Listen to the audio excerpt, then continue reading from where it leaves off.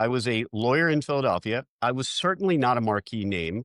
I am not one of the first names you think of when it comes to criminal defense in Philadelphia. But I was, what you would call a grinder. I have my cases. I'm in the courthouse every day. And I had an opportunity to do, when I say local TV, it was a channel called CN8. It doesn't exist anymore, but it was a tremendous opportunity because they had a show every night that was like an hour-long panel show, and it was live. And they had to fill time, as you know, fill time every night for a live show. And so they had me on once, and I did my move that I carried with me to CNN, where we work together, to NBC News, where I work now. And I've been doing TV for, God help me, almost 20 years. I can't believe it.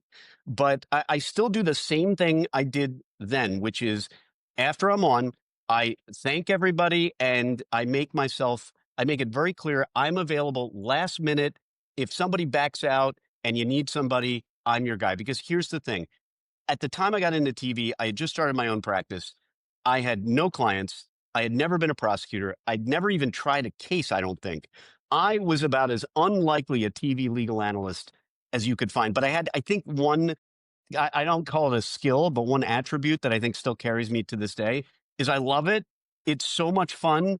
And by fun, I mean fun the way like if you're skiing or doing something remote, kind of dangerous and you could totally, shatter your knee, but afterwards you want to do it again, even though it's kind of scary. That's it. I mean, for me, being on TV is kind of like skydiving, but I would never skydive. So it's like nerd skydiving. It's, you're scared before, I'm scared during, and I'm scared afterwards.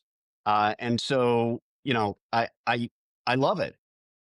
So yeah, I mean, so I had one chance on local schmokel TV, and I just, started pitching. I learned the power of pitching. I would send notes to people, to producers, and I learned a really valuable lesson, which is maybe well over 90% of the time, producers are busy and they won't get back to you all the time, which is fine. I mean, even to this day, I joke that, I pitch producers at NBC and these are my friends and I work there. I actually work with them. I'm their coworker and I still pitch them and they ignore me. And that's the way it is. They're busy. I get it.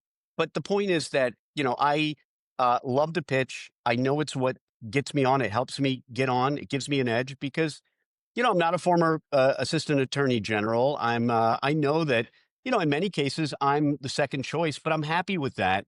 And for whatever reason, it's kind of sustained, believe it or not, a career. I can't believe this is a career. When I started doing it, I did it for years for free for the local affiliates. I never even thought it was a job. I couldn't believe it was a job. And then I got a random call. I was in Philly, just got a random call from someone at CNN Talent. And Jamie, if you know Philadelphians, and I understand your husband's a Pennsylvanian, he can tell you they're mean to each other. And so this was exactly the kind of phone call I could see my friends making up as a prank. And I almost said, blank you to one of the bigger higher ups at Talent at CNN when they called to say, hey, we'd like to bring you in for an interview. And then my life changed. And, I went there and within a few weeks or months, I was filling in hosting a show. I'd never hosted a show in my life. I had to look on YouTube for teleprompter to practice reading teleprompter. I mean, that's how unprepared I was. But Wow. this is an amazing business where if you just have chutzpah and drive, once you get your foot in the door, you don't have to be, the former attorney general. I mean, it helped. Believe me, that's always a booker's first choice.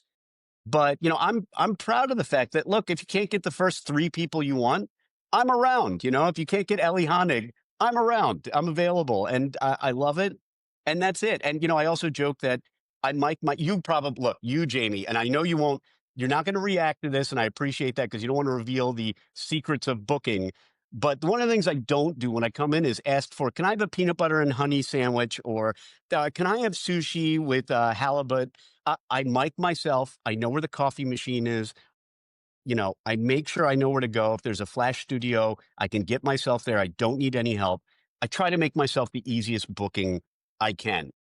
I think the positive message there is you can be someone like me who is the least likely TV success story. I wouldn't even think of it that way, but the least likely person to end up on TV. And just by sheer drive and being nice to people and being polite, you got a shot.